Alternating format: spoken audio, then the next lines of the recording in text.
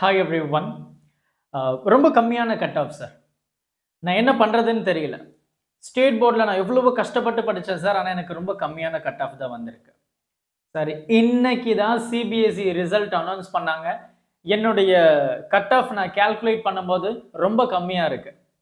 என்னுடைய cut off ரொம்ப கம்மியாக இருக்குது. நான் தமிழ்நாடு இன்ஜினியரிங் அட்மிஷன் 2025 அப்ளை பண்ணால் எனக்கு நல்ல கல்லூரி கிடைக்குமா? இந்த கேள்வி எல்லா ஸ்டூடெண்ட்ஸுடைய மனசுலையும் ரொம்ப ஆழமாக பதிஞ்சிருக்கிற ஒரு விஷயம். கட் ஆஃப் கம்மினா எனக்கு நல்ல காலேஜே கிடைக்காது அப்படின்னு தான் நீங்கள் நினச்சிட்டு இருக்கீங்க. ஸோ அதுக்கான கிளியர் ஒரு பாத்தை நம்ம ஒரு செஷனில் கிரியேட் பண்ண போகிறோம்.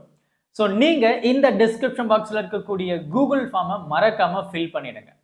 ஸோ அதுக்கான ஒரு கிளியர் கட்டான ஐடியாஸ், ஸ்ட்ராட்டஜிஸ், சாய்ஸ் ஃபில்லிங்ஸ் எந்த மாதிரி பண்ணணும், டாப் இன்ஸ்டிடியூஷன்ஸ்லையும் நான் லோ கட் ஆஃப் வச்சிருந்தேன்னா எப்படி ஜாயின் பண்ண போகிறேன், இதை பற்றின ரொம்ப டீட்டெயில்டான ஒரு செஷன் அது இருக்க போகுது.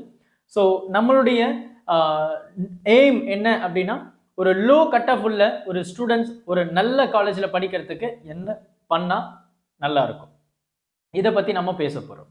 And at the same time CBSE result இன்னைக்கு ரிலீஸ் பண்ணியிருக்காங்க. நிறைய ஸ்டூடெண்ட்ஸ் பார்த்தீங்கன்னா ரொம்ப கம்மியான மார்க்கில் ரொம்ப ஃபீல் பண்ணிட்டு இருப்பீங்க. யோசிச்சு பார்த்தீங்க அப்படின்னா நீங்கள் இந்த இடத்துல ஃபீல் பண்ணி எந்த பிரயோஜனமும் கிடையாது. ஒன்று, நீங்கள் ஸ்டார்டிங்லேருந்தே படிச்சிருக்கணும், அதுவும் இப்போ முடியாது.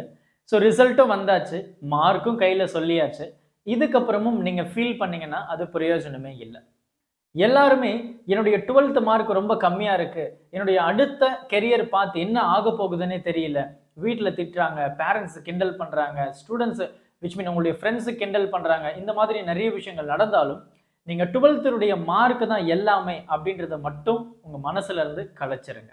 ஏன்னா இங்கே நம்ம வியந்து பார்க்கக்கூடிய, அண்ணாந்து பார்க்கக்கூடிய ஆட்கள் எல்லாருமே பார்த்தீங்கன்னா 12th டாப்பர்ஸ்லாம் இல்லை.